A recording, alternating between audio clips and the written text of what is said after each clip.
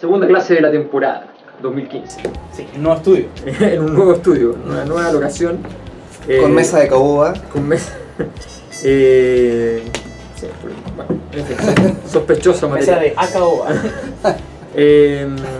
Francisco Crespo, saluda a la cámara. Buenas. Por favor. Max, ¿qué tal? ¿Qué tal? Saluda a los niños, Saludos, hola. a toda su familia, A todos, todas. a todos, todas, a familia o familias. Un saludo al familio. Al familión. Familia. Bueno, y hoy día vamos a entrar, dimos un contexto de época, nos paramos ahí en los albores, en los inicios de la modernidad, explicamos procesos importantes, dijimos cosas significativas desde el punto de vista de la historia, pero ahora entramos ya fuertemente a tratar de tematizar qué pasa en un momento determinado de la sociedad moderna, cuando empieza a emerger propiamente tal, y los debates que las ciencias sociales empiezan a llevar. Uno de los primeros grandes debates se va a dar entre aquellos que consideran que la ciencia social debe investigar mucho las actitudes y entre aquellos que creen que la sociedad debe investigar mucho las estructuras. Hablar de estructura no la vamos a explicar ahora, pero consérvenla en su memoria porque es muy importante y en algún punto podría cambiar su vida, ¿ya? Ese debate se dio muy fuertemente en Francia. Puede ser una novela. La estructura. La estructura. Que cambiará tu vida. Ella conocerá la estructura y conocerá las prácticas. La estructura te lleva a la práctica. Claro. Bueno, la estructura y el problema de la estructura y respecto a la investigación de las actitudes y el peso que se le da a las actitudes o las conductas es uno de los primeros dilemas de la sociología moderna y van a estar representados en una discusión que se da en Francia. Se da, de hecho, Donde ocurren todas las discusiones que valen la pena. se da incluso en la universidad donde está Max. Cuando él estaba ahí. Cuando él está, bueno, No tan así. alumno de todos ellos. Claramente. A ver, escuchemos Donde un poco a dejaron sus Marx, huellas. Donde dejaron sus huellas. que nos cueste un poco de ese debate. A ver. Podemos partir de un año que es bastante crucial. Hay años que marcan la historia, que a veces pueden ser los cumpleaños quizás de algunos, no de todos, pero sí de algunos cumpleaños.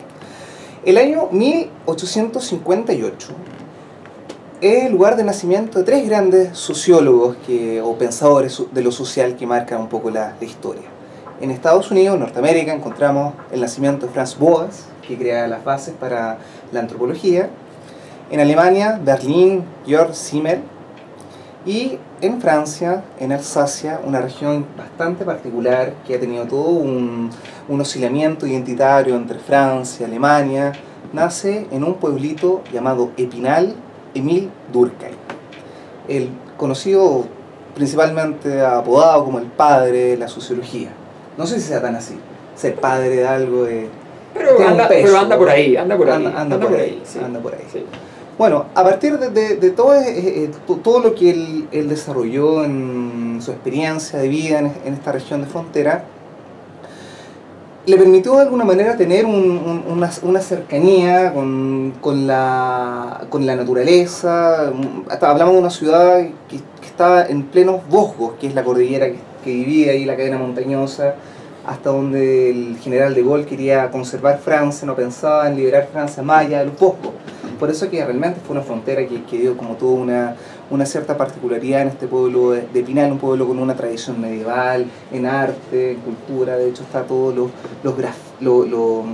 una escuela de pintura medieval que fundó un museo ahí en un pueblito que estamos hablando que hasta el día de hoy tiene, no sé, tendrá cerca de 90.000, no menos, 10.000, 15.000 habitantes, no más que eso. Muy chico. Es muy chico. Ya porque esa escuela nunca le fue muy bien. La gente no iba mucho al museo. No va mucho. Llegar a ese museo es muy complejo, hay que tomar muchos medios de transporte, es muy difícil. Él no solamente desarrolló una línea de trabajo solo, sino que también involucró a otros familiares. De hecho, otro conocido como Marcel Mauss fue su Es su tío, ¿no? Es su sobrino, claro, su sobrino político en el fondo, claro, es su tío político, no tío directo. Y Durkheim, Heim significa hogar en alsaciano. En el fondo sería como Emil, nacido en el hogar de Durk. Esa sería como la traducción del nombre. Bueno, no sé, sigamos... Eso como esos apellidos que están vinculados a las locaciones, además, normalmente tienen algunas componentes raciales muy típicos, que el hijo de, el nacido Claro. en, esas traducciones son interesantes. Pero bueno, vamos un poco entonces a la discusión, efectivamente. Estamos en una época, fines del siglo XIX, en que las ciencias sociales empiezan a tomar forma. Tú mencionabas a Boas en Estados Unidos. El señor Boas es un caballero, no una serpiente, digamos. Claro. No hay que confundirlo, digamos. Mencionabas a Simmel, ¿ya? Uno de los grandes sociólogos que nunca ejerció como sociólogo en todo caso, ¿no? ni siquiera lo contrataron para dar clases, ¿no? Pero se transformó en un clásico a pesar de todo ello. Simmel solo tenía onda. Sí, tenía mucha onda y escribía en los diarios. De hecho, encontró trabajo en Estrasburgo cuando Sí. empezó la Primera Guerra Mundial y murió cuando terminó la Primera Guerra Mundial. Exacto. ¿Dónde está enterrado? Murió en la misma época que Weber, de hecho. No, Creo que murió un poco después, creo. El 21, Claro, parece, no sé, pero son son contemporáneos. 2 años, sí, digamos, sí, son sí. contemporáneos. Claro. Weber era un poquito menor. Mm. Nació un poco después, vivió muy poco. Entonces, estamos en una época en que se empieza a configurar este escenario intelectual, y dentro de este escenario el nombre que inmediatamente refulge como un nombre fundamental, famoso fuera de la frontera de Francia, sin duda, es Durkheim. ¿Cuál es su aporte esencial? Su aporte esencial va a ser tratar de caracterizar, vamos a decirlo no en el lenguaje que él lo dijo, las sociedades modernas respecto a las sociedades anteriores a la modernidad. Ese es su aporte esencial. Y para ese aporte esencial va a ser fundamental el aporte previo que va a existir, bueno, en realidad correlativo temporalmente, que es el de Ferdinand Tönnies. Recordemos de la clase anterior que la modernidad comienza con la revolución industrial y el desarrollo de, digamos, el capitalismo en lo económico y el Estado moderno en lo político. Bueno, tu modernidad son 3 modernidades en realidad. La revolución industrial por el lado del desarrollo económico, está la revolución francesa por el lado político, ideológico, y con ello el surgimiento de la posibilidad del Estado moderno, digamos. Y finalmente está el desarrollo de la imprenta, que es anterior, que va a otorgar las posibilidades del desarrollo moderno, cultural moderno. Que la imprenta también es una forma de industria en todo caso. Y también recordar de la primera clase que hay un debate sobre la fecha de origen de la modernidad entre los historiadores y los críticos sociales, entre el siglo XIII hasta el siglo... Hasta hoy. Claro, hasta hoy, estamos seguros. Están todos los que dicen que estamos en la Edad Media, que Claro. ya hasta hoy. Sí, es un problema bien complicado que lo podremos discutir en algún momento, pero es un debate que tomaría bastante tiempo. Pero como Francisco tiene que irse a hacer un terreno de una investigación, le vamos a pedir que promeniorice algunas de las cosas que tenía apuntadas para esta clase, pero desgraciadamente partimos un poco más tarde esta grabación, lo lamentamos por Francisco. Como tiene que irse, ya lo había pagado, pero le decimos, bueno, Francisco, por favor, recupera de tu archivo ese material que con tanto cariño creaste. Ese material tan valioso que... Exacto, y por favor cuéntalo Compártelo con para nosotros. que nosotros podamos y con el escucharte público presente. antes de que migres. Oh Dios, qué responsabilidad. Bueno, como bien dijo el profesor, la clase de hoy trata principalmente del origen de las primeras ciencias sociales. Bueno, hay que decir que la psicología es más antigua que la sociología. No sé exactamente cuántos años, eso sí, ¿eh? No es tanto, no pero- hace 100. No, yo creo un poco menos. No, pero ya sí, pero ya tenía más un reconocimiento oficial, porque además servía a los tribunales de justicia, o sea, Claro. ya... Claro, o sea, si queremos decir Bueno, cuál es la, diagnóstico. comillas, primera ciencia social, podemos decir que es la psicología. Mm. No obstante, la ciencia social desde la sociología se origina, ¿no es cierto?, en el paso o la transformación de la sociedad premoderna, por ponerle algún nombre, digamos, feudal, tradicional, va a tener varios nombres, a las sociedades modernas, que básicamente se caracterizan por la ruptura de las comunidades rurales tradicionales. Las ciudades, digamos, no existían o había muy poquitas ciudades y el resto eran muchas comunidades, muchos pueblitos, muchos lugares donde, ¿no es cierto?, la gente tenía un nivel de relación cara a cara, ¿no es cierto?, mucho más amplio, que en el fondo lo que la gente ahora se imagina con la vida de barrio, lo que la gente busca un poco, era más o menos la estructura social de la época. No era tan maravillosa como la gente cree, pero existía. Sí, Sí, la integración también trae sus problemas. Claramente, ¿no? Como el dicho ese del pueblo chico. El tema comunidad, sociedad está bastante presente ahí en toda la discusión sociológica. Toda la discusión. Entonces, en este momento, con las transformaciones del sistema productivo, ¿no es cierto? Con la aparición de las fábricas, que también no fue instantánea, las fábricas de las que hablan los textos principales de la época son fábricas que ahora nos parecerían un chiste, ¿no? Son 12 personas en un lugar, las fábricas gigantes tenían 30 personas, digamos, y ya eran así una cosa gigantesca, pero aún así ya es verdad que es muy distinto a, ¿no es cierto?, el arado tradicional, el trabajo del campo, que era de una naturaleza muy distinta, es mucha mano de obra concentrada en un lugar, haciendo una cosa repetitiva, ¿no es cierto? Lo que empieza a hacer que, ¿no es cierto?, los campesinos migren a la ciudad, aparecen las ciudades, y con la aparición de las ciudades, la forma de relacionarse de los sujetos cambia dramáticamente, y en esto entonces se dice, wow, necesitamos a alguien que explique este cambio. No sé si alguien dijo necesitamos a alguien que explique este cambio, o a alguien se le ocurrió en realidad decir, ¿por qué no explicamos este cambio y tratamos de ganar dinero? No lo sé, pero en algún momento... Pero esta gente no ganó mucho dinero. Sí, es verdad. ¿Por qué habrán hecho ahora que lo pienso? Es como, son un afán de... Hay que decir que Durkheim además no solo hizo la explicación para parte de estas cosas, sino que además creó un sistema educacional gratuito y de calidad, para Francia. Sí. Entonces, efectivamente, el vuelo de Émile, ¿no?, nos permitió tener un gran sistema educacional para el mundo, que tú pudiste disfrutarlo en tu colegio, mucho. Sí, aunque no fue gratuito, pero... Claro, pero que estabas acá. Claro. Era un sistema descontextualizado. Claro, sí. La gente de Sudamérica nos cobra. Claro. Debe ser al revés. Bueno, para que vean las injusticias del mundo.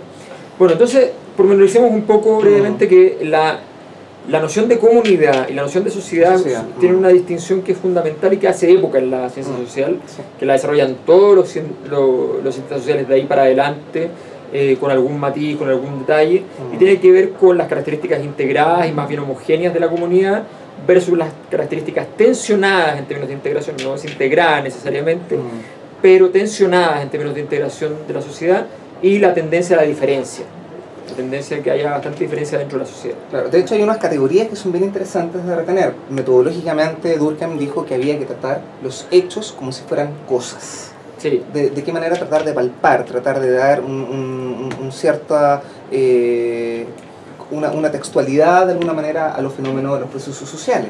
Y lo que está relacionado con la solidaridad, que es otra categoría. Que hay que tratarla como una cosa. Como una cosa, de alguna manera. La solidaridad que permite diferenciar entre una solidaridad mecánica de las comunidades a una solidaridad orgánica de lo que sería la sociedad con un nivel de complejidad mayor. Es importante explicar que con solidaridad Durkheim no se refiere al concepto cristiano, digamos, sino que se refiere a los lazos sociales, vínculos sociales que los sujetos tienen entre sí. Y en esa lógica, digamos, habla de, en el fondo, lazos sociales, le pone solidaridad. Sí, eso es importante porque en general la palabra solidaridad o estas palabras tienen una carga política, emotiva, distinta que la técnica. Técnicamente solidaridad significa fundamentalmente que se puede imputar la acción de uno a otros, sin necesidad de ninguna mediación. Claramente. Y por tanto, ustedes muchas veces han escuchado hablar de sociedades donde, por ejemplo, alguien estafó a otro y la única solución que tiene para que su familia no cargue con la deshonra es, por ejemplo, el suicidio, ¿ya? Entonces, porque su familia carga, aunque no haya cometido el hecho, con la deshonra del apellido. Y por tanto, si él se suicida, eso se acaba, ¿ya? Eso ocurre en sociedades... Ocurría en Roma, pero también ocurre en Japón, En efecto. hasta el día de hoy.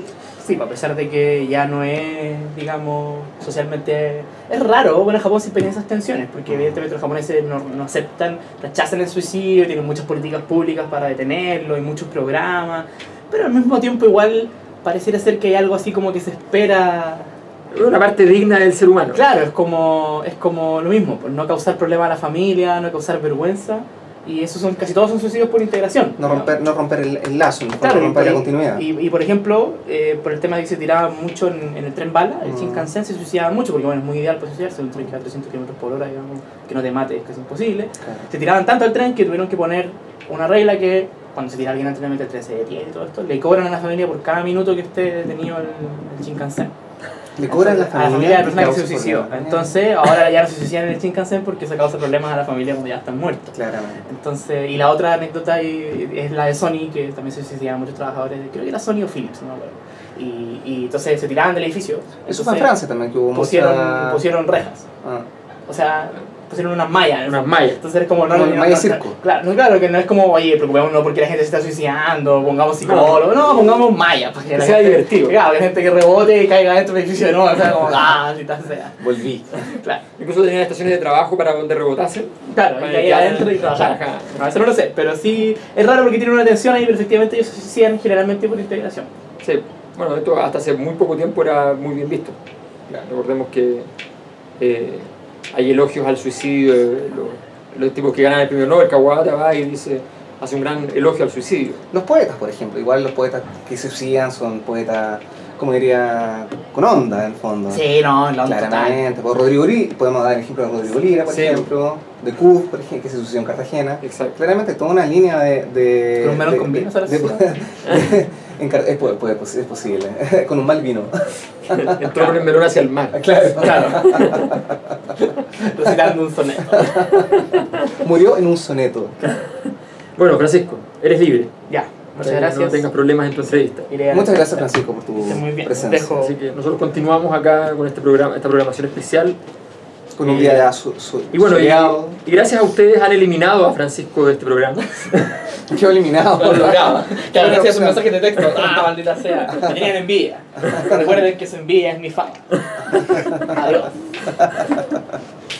Bien, continuemos entonces con... Hablando de Emilio, con Emilio. Hablando con Emilio. Con Emilio.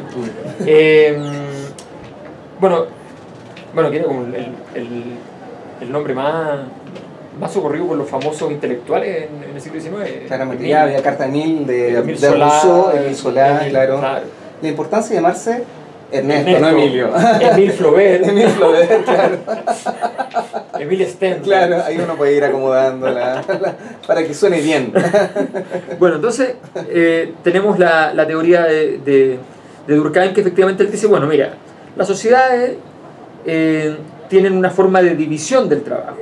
Esa es su tesis de doctorado. Claro, sí. Tiene una división del trabajo que puede ser más intensiva o menos intensiva. Cuando está más dividido el trabajo, la sociedad es más compleja. Cuando la gente hace más o menos lo mismo, en cambio la sociedad es más sencilla. Las sociedades que son más complejas son más difíciles de integrar. La mayor diferenciación, mayor complejización. Mayor complejización y mayor dificultad de integración. Y cuando son sociedades que son más homogéneas, son efectivamente sociedades más sencillas y más fáciles de integrar. Por supuesto, un gran trauma en esa sociedad puede crear un problema de desintegración, no es que nunca se desintegre. ¿Ya? Y no es que las sociedades que son menos integradas no tengan nada de integración, eso no es posible. Siempre hay algún nivel mínimo de integración en una sociedad. Pero la atención a la diferenciación, el hecho de que yo no sepa lo que haces tú, ni que no entienda lo que hace la mayor parte de la otra gente, y no comprenda cuál es esa forma de vida, el hecho de que yo crea que paso por un lugar y digo, mira, aquí venden tales cosas, qué raro, no entiendo quién podría comprar esto, y veo uno y otro y 1000 locales que venden lo mismo, y digo, no, bueno, yo no entiendo todo esto. Eso tiene que ver con el hecho de una sociedad que resulta inasible para cada uno de sus actores. Los actores viven en ella sin poder comprender cuáles son los principios que rigen esa sociedad. Eso es muy propio de las sociedades de carácter orgánico, cuya solidaridad es orgánica. Que la solidaridad misma depende de la diferencia. Depende de que yo entienda que necesito al otro haciendo lo que hace que yo no sé hacer. Versus la solidaridad mecánica, donde todos más o menos estamos de acuerdo que hacemos lo mismo y por tanto estamos en general de acuerdo con todas las cosas que pasan. O sea, si no, hay sequía y todos plantamos hortalizas, bueno, es muy problemático si hay sequía y todos estamos tristes. Si hay un problema político y todos estamos viviendo en la misma zona, bueno, tenemos muchos problemas. Pero cuando las sociedades son más grandes, cuando las ciudades llegan a ser de tamaño mucho más relevante, cuando hay diferenciación, ya las cosas no son así. El terremoto puede ser muy trágico para todos y qué sé yo, pero la verdad es que los terremotos le convienen mucho a la gente que tiene dinero. ¿Ya? Por la gente que no tiene dinero, que se le cae la casa, tiene que vender el terreno muy depreciado, y el otro tiene capacidad de inversión, puede colocar dinero y obtiene muy rápidamente dinero de un conjunto de propiedades que con toda seguridad después del terremoto subirán, como ocurre normalmente, como ocurrió en el último terremoto, por ejemplo, en la zona central de Chile. Claro, Entonces, como ejemplo, para dar ejemplo ilustrativo. claro, entonces uno puede decir, bueno, efectivamente, entonces las sociedades modernas son sociedades en las cuales muchas veces lo que le conviene a uno no le conviene al otro. Y es lo normal. O le es indiferente al otro. O no se entera que no le conviene, pero no le conviene igual. Entonces, son sociedades mucho más complejas. Esa diferenciación va a ser muy, muy importante. Pero detrás de esa diferenciación va a estar esta discusión sobre la comunidad más integrada y la sociedad, que es la discusión de Tenis. Si quieres puedes Claro. ilustrarla un poco. Es importante tener claro que al mismo tiempo habían como dos sociólogos que estaban escribiendo, estaban dialogando y estaban reflexionando sobre lo mismo. Tönnies, que es un sociólogo alemán de la región de Baviera, y se dice de que cuando escribieron esta discusión sobre la comunidad, que sería la Gemeinschaft, y la sociedad, que sería Gesellschaft, sería más o menos el mismo año. Y de hecho ahí tuvo una discusión si quién copió a quién. Ya. No se sabe si la idea original de Tönnies o la idea original de Durkheim. O de ambos, cosas que pasan en la O ciencia. de ambos, que puede haber sido. Pero como no había una correspondencia tan amigable entre los dos, no hubiesen desarrollado como una línea de investigación en paralelo, sino Claro. que hubiese habido una cierta discusión.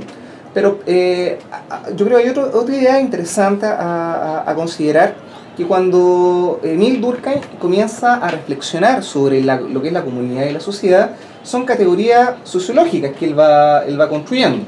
Sí. En el fondo es importante tener claro que la sociología opera sobre categorías que se van construyendo. Hay una construcción conceptual, una construcción de ciertos elementos como conceptos operatorios que te permiten como desarrollar un cierto análisis. Y él vivía principalmente en una comunidad de hijos de agricultores, y eso fue como su formación. No vivía en una sociedad tan compleja como la que vivía Tönnies, que hacía muchos viajes a Berlín, a Múnich, vivía en grandes ciudades. Otros sociólogos alemanes de la misma época, Simmel, también venían de grandes ciudades. No era el caso de Durkheim. Pese a que hoy uno lo puede ver enterrado en el cementerio de Montparnasse en París.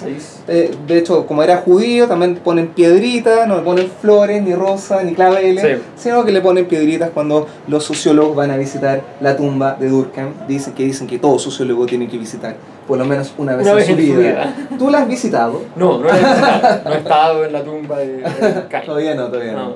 Ya. No estaba en ninguna de las tumbas en realidad. Bueno, como Ni tú, Marx, ya. ni Weber, ni Durkheim, ni Jimi Hendrix. Pero Jimi Hendrix aquí está. Así que no. O Morrison, por lo menos. Así que no he tenido el gusto, pero sí, yo creo que uno debe ir.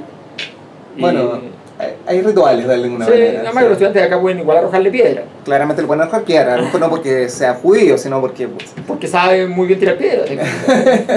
Tiran excelentemente. claro, una metáfora. Claro, aquí afuera. Qué ferita nomás. De hecho, hoy día había un poquito de movimiento. Estaba Había- empezando la escaramuza. Está empezando Sí. el movimiento, se inicia el año universitario. Sí. Estamos llegando al día del joven combatiente. Claro, sí, yo creo que ese tema de la comunidad y la sociedad hay que tenerlo como bien presente. Ahora, ¿desde dónde lo estamos viendo? ¿Qué significa una comunidad?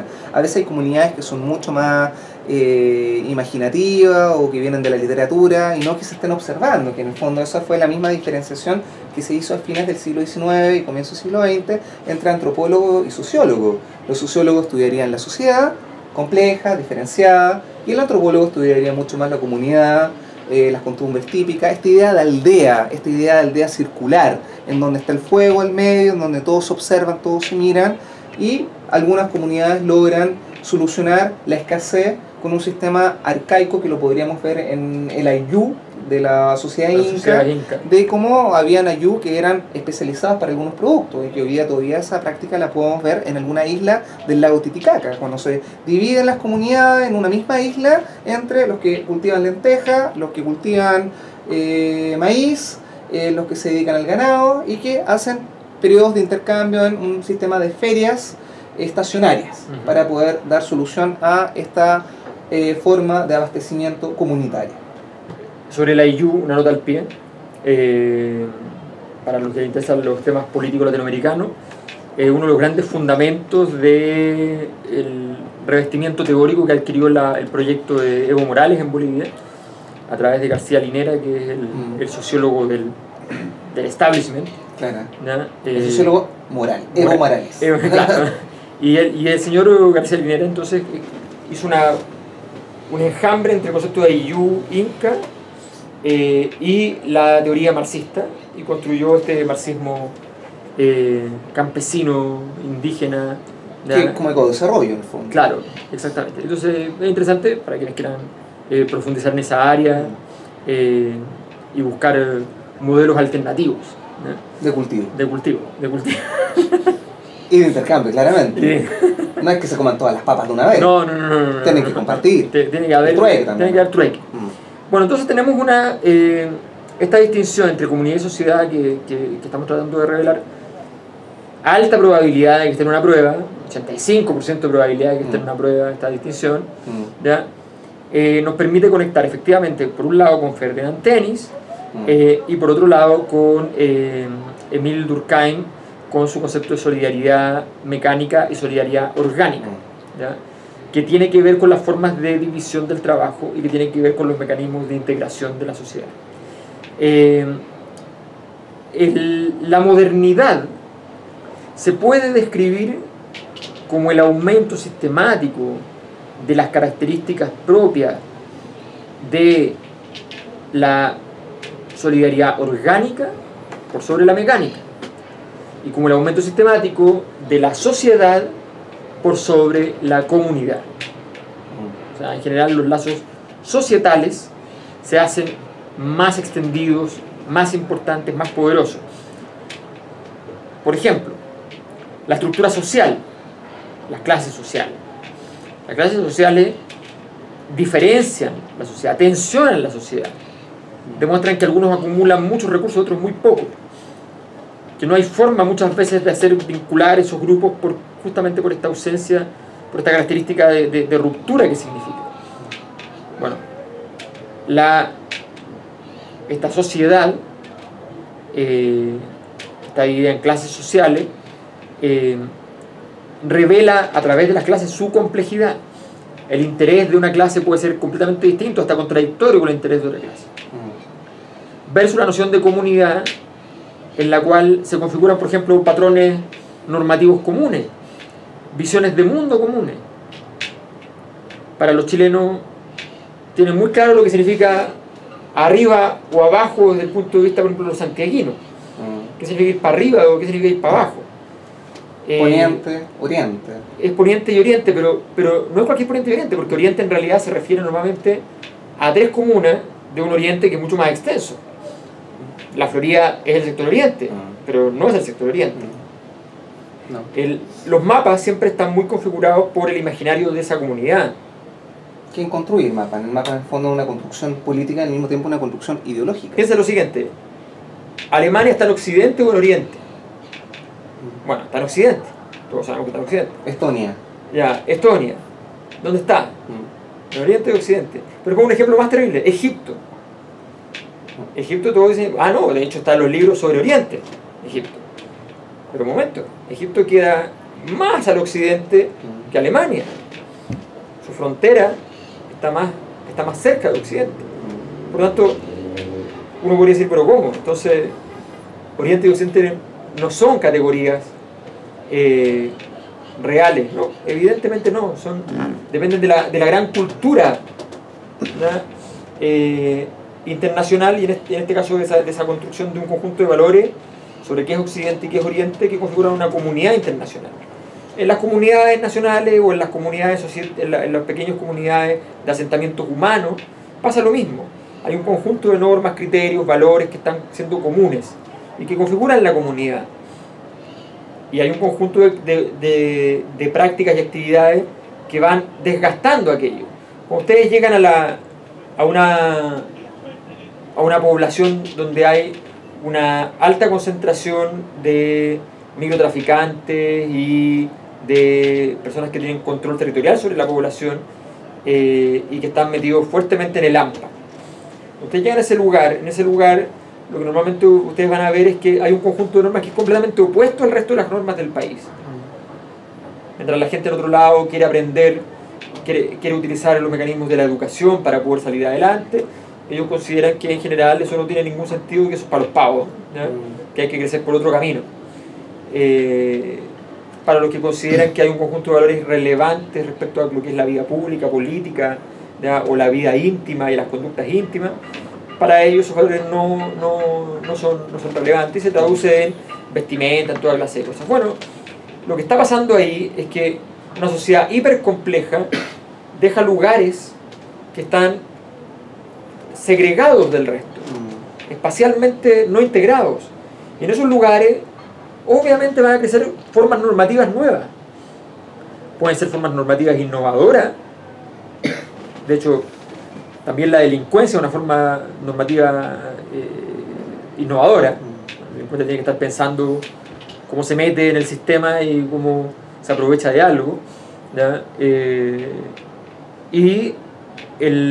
Pero también está pensando en la perversión de esa norma. Por tanto, la sociedad tensiona la comunidad permanentemente, y la historia de la modernidad es básicamente, para las ciencias sociales, la historia de esa tensión, de cómo lo societal va minando la comunidad, lo comunitario. Ahí hay un tema que es bien interesante desde un punto de vista como conceptual, porque Durkheim logró diferenciar lo que era lo social y lo societal. Fue el primer filósofo y el que dio inicio a la sociología a partir de ciertas categorías conceptuales que le permitan al mismo tiempo generar todo un estudio y generar todo un diagnóstico de lo que es la modernidad de fines del siglo XIX y comienzos del siglo XX. Y a partir de este concepto, lo societal, que es en el fondo el estudio sobre lo social en la sociedad. Claro. Al mismo tiempo la sociabilidad y la socialización. En el Claro. fondo, de qué manera Son los procesos. son los procesos. La socialización es hacer sociedad, la sociabilidad son más los vínculos, la parte más lúdica que se puede generar al interior de la sociedad. Eso es interesante retomarlo, y lo que tú decías de cómo en la comunidad y la sociedad también este conflicto, esta diferenciación que podría entenderse por solidaridad mecánica, lo orgánico de la comunidad y la sociedad, también está inscrita en este conflicto de Oriente-Occidente. Podemos dar una cita bibliográfica que a lo mejor aquí los chicos, chicas pueden consultar, en el Orientalismo de Edward Said, que es un documento a fines de un libro de los años 70, pero que da una referencia conceptual y ilustra muy bien esta forma de construir la sociedad. ¿Quién construye la sociedad? La sociedad se piensa desde Occidente, desde Oriente. ¿Qué es el Oriente? Hablamos de Cercano Oriente, Beirut, Jordania, Mediano Oriente, Irak, Irán, y el Lejano Oriente, que ya es a la China, Mongolia, claro, Japón. Por eso que en el fondo son categorías que se van a ir produciendo, se van estableciendo para generar distinciones, y que esas mismas distinciones no necesariamente representan a la comunidad o a estas comunidades que se van poblando la periferia en la discusión. Exacto. Bueno, entonces, esta distinción no solo nos va a servir para entender la modernidad, sino que nos va a servir para entender el curso de las ciencias sociales para adelante. O sea, gran parte del desarrollo de las distinciones fundamentales de ciencias sociales va a tener que ver con quién se hace cargo de qué cosa. De alguna manera los antropólogos se hacen más bien cargo de la comunidad. De alguna manera los sociólogos se hacen más bien cargo de la sociedad. Entonces empiezan a separarse los trabajos, las labores correspondientes. Cuando surge la psicología social, también es muy próxima a la sociología y más bien está viendo lo societal, pero en su impacto más bien en las formas de personalidad. Viendo cómo se plasma esta sociedad, estas estructuras pesadas, ¿ya? Sobre la personalidad. Hay que decir respecto a estas estructuras pesadas, volvamos al concepto con que partimos, la estructura hace alusión a un conjunto de relaciones estabilizadas de alguna manera, o significaciones, que son también relaciones, digamos, que están estabilizadas y que son difíciles de mover. Cada vez que ustedes piensan hacer la revolución, supongo que saben que no es llegar y hacerla, que no es que, o sea, si alguien cree que, para decirlo de un modo muy brutal, ir al Palacio de Gobierno de un país y dispararle al presidente es hacer un golpe de Estado o eso va a significar un levantamiento revolucionario, está equivocado. Eso es, hasta ahí un asesinato y un magnicidio, que es cuando alguien es importante y es asesinado. Pero la revolución, el cambio de las estructuras anteriores por estructuras nuevas, es una cosa mucho más significativa. La crisis, la caída de estructuras sólidas, importantes, es algo mucho más improbable, ¿ya? Cuando uno habla de estructura, habla de algo que tiene solidez, habla de algo que no puede ser cambiado por la mera voluntad de una gente. Por más que tenga un tremendo cargo, no va a poder mover ciertas cosas. Entonces, los grandes líderes de la historia son aquellos que de hecho han logrado, Max Weber decía, los grandes carismáticos son aquellos que meten la mano en la rueda de la historia. Imagínense una rueda de la historia que está girando a gran velocidad, muy pesadamente. Tú pones tu mano adentro y quieres detener la rueda de la historia. Lo más probable, dice Max Weber, es que la rueda de la historia te corte el brazo. Al grueso de quienes tienen la osadía de hacer eso, les corta el brazo. Pero de pronto aparece alguien que por las condiciones externas o por su propia capacidad es capaz de detener la rueda de la historia, ¿ya? Esos son momentos muy extraños. Lo normal es que la estructura pesada domine y se imponga por sobre... y se imponga, ¿ya? Por ejemplo, es muy difícil en sociedades complejas tener vida comunitaria. Se puede lograr, pero se logra a costa de difíciles procesos. Si se quiere, sacrificio, pero no es el concepto, sino que es complicado, hay que hacer de otra manera las cosas. Pongo un ejemplo que nos toca a nosotros. Nosotros tenemos un equipo de investigación. Ese equipo de investigación funciona bastante comunitariamente, ¿no? Pero si tuviéramos un reglamento interno, si tuviéramos salario establecido, si tuviéramos criterios de ascenso, no podría haber esa comunidad. Inmediatamente eso se difumina. Nos sacaríamos los ojos. Nos sacaríamos los ojos, teníamos, bueno, pero aquí, claro, me río ahora, pero espérate un poco, claro. Qué sé yo. Entonces, no, aquí, entonces, para eso tiene que haber una serie de condiciones. Tienes que lograr salirte de las lógicas instaladas, y las lógicas instaladas en algún momento van a entrar a dominar. Todos van a decir, bueno, sí, en realidad sería mejor tener un sueldito estable, entonces y te metes en el sistema y moviéndose por ahí. Y ya estás dentro de la máquina, ¿ya? Por tanto, para todos aquellos que creen que esto de mover la estructura es como el pan de cada día, el aire que respiran, no es así, no es así. Piensen en fenómenos estructurales. Imagínense lo siguiente: todos los años se suicidan en Chile 1.300 personas, ¿ya? Imagínense que ustedes se empeñan junto a 100 personas, 1.000 personas, lo que ustedes quieran, 1.000 personas, hay harta gente, son lo mismo casi que los que se suicidan, en evitar los suicidios en Chile. Y ponen avisos de prensa, ponen carteles en las calles, ponen un fono de ayuda suicida, ¿ya? Hacen muchas cosas. Lo más probable es que el número siga intacto. Es posible que puedas cambiar la historia de una persona. Como que muchas veces sentimos con la caridad, por ejemplo, pasa eso, que uno dice, pero aunque sea por una persona vale la pena hacer todo esto. Bueno, pero le cambiaste la vida a una persona y muchas otras personas no le cambiaste la vida, no está siendo estructural, ¿ya? Porque es muy difícil ser estructural. Puedes crear un sistema de asistencia al suicidio. Claro. Y a través de una línea telefónica tratar de... Claro, pero lo más probable es que al que tú... hay una alta probabilidad de que el que te llame sea un semi-suicida que no sea suicida, que necesita que conversar. Y tú vas a estar dedicándole tiempo al no suicida, porque el suicida va a ir y no... Claro. Que me importa, fono ayuda y pum, se va a arrojar al Shinkansen, como decía Francisco. Claro, por ejemplo. O nuestra versión, un poquito más lento que el metro. Claro, que es lo que pasa. Claro, que es lo que pasa. El tema del suicidio es bastante interesante, porque yo creo que una de las obras principales de Emile Durkheim se llama precisamente El suicidio. Y si uno explica el suicidio, por ejemplo, a través de distintas ciencias sociales, la psicología, por ejemplo, si damos un dato, la mayor cantidad de suicidas lo hacen en primavera. Y a mediodía. Y a mediodía. La psicología explica eso, bueno, la primavera, devela la depresión que se viene arrastrando por largos periodos en muchas personas, y a través de eso se puede explicar. Conducta individual. Pero la sociología no lo explica así. No explica el suicidio como categoría individual, sino como una categoría colectiva, que es lo que se denomina como la anomía. En el fondo, de qué manera la sociedad, por la complejidad que tiene, producto de la misma diferenciación, genera desintegración. Y en el fondo, el suicidio urbano, el suicidio de la sociedad, el suicidio en las megalópolis, se explicaría por una desintegración social. Exacto. Y eso, la desintegración, el suicidio o la religión son hechos sociales, va a decir Durkheim. Eso lo vamos a ver con más detalle en el segundo semestre en todo caso. Y los hechos hay que trabajarlo como cosas. Y los hechos hay que trabajarlos como cosas, como si fueran objetos vivos que yo puedo palpar con mis manos. ¿Ya? Porque si no, estoy sencillamente investigando algo que no asumo su existencia real.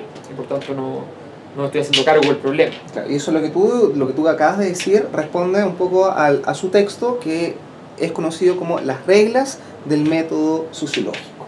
Así es. Que es una gran respuesta a todos aquellos que plantearon una visión de la ciencia social más bien actitudinal, que querían ver cómo eran las actitudes de las personas en un determinado contexto, querían hacer más bien una microsociología. Y él lleva esto a una macrosociología, a mirar la sociedad desde arriba. Bueno, ese es Durkheim, ese es Ferdinand Tönnies, y sobre todo es esta época, que es el origen de la modernidad, en la cual la división del trabajo, el desarrollo de las ciudades, el desarrollo industrial, va a ir generando un proceso de distanciamiento, de objetivación de la vida social. La sociedad se hace visible para todos nosotros, para todos los habitantes de ella. Te das cuenta que hay algo que es lo social, que debe ser explicado, que tiene sus propios hechos. Y Durkheim y Tönnies nos resultan para esto inolvidables. Claro, porque de alguna manera son los dos pensamientos, uno alsaciano, después Francia de alguna manera, y otra la escuela ya alemana, que en el fondo son las dos corrientes, una mucho más sociológica, filosófica, Alemania, una mucho más cualitativa, más ligada a la etnología, que va a ser la escuela francesa. Y no olvidar que Durkheim de alguna manera genera las bases de una macrosociología que va a derivar después en Francia en distintas escuelas de pensamiento, una mucho más constructivista, en el caso que llega hasta Pierre Bourdieu, y otra que es a partir de su discípulo, que es su sobrino, Marcel Mauss, que va a ser las bases de la etnología, después retomada y bastante criticada por el estructuralismo, claro, y la fenomenología por otro lado, con Merleau-Ponty y con Claude Lévi-Strauss, dos antropólogos franceses que ustedes también pueden ahí buscar en internet. Y Marcel Mauss también era antropólogo en términos... Etnólogo, claro, porque la antropología... Como ciencia parece... o sea, la antropología viene de Kant, ya escribió un libro sobre antropología, pero era algo mucho más filosófico. Era filosofía. Claramente, era filosofía del hombre, la filosofía del hombre como antropología. Todavía existe esa rama, pero se suele llamar más bien antropología simbólica, se le da otros rótulos para resolver el origen del lenguaje y las especulaciones respecto al origen, a la historia del hombre. Bien, no sé si tienen alguna pregunta. ¿Alguna pregunta la pueden hacer en clase? Aprieten su botón. Claro. ¿A quién elimina? No tenemos nada más que decir. Yo creo que estamos bien. Sí, estamos bien. Podemos retomar quizá otra lectura de Durkheim en la próxima clase y tratar un poco de ejemplificar quizá algunos... Sí, la idea de la próxima clase efectivamente vamos a ver además un poco el problema de la racionalización en la modernidad, y ahí está Weber, Habermas y otros autores para ponerlos encima de la mesa. Como escuelas también ir ordenando ahí un poco las cartas. Exacto. De momento ustedes pueden entonces investigar sobre estos dos autores que acabamos de ver en esta clase, así que los invitamos además a las lecturas y pueden revisarlas. Muchas gracias a todos ustedes. Muchas gracias, que tengan buena semana y disfruten las ciencias sociales.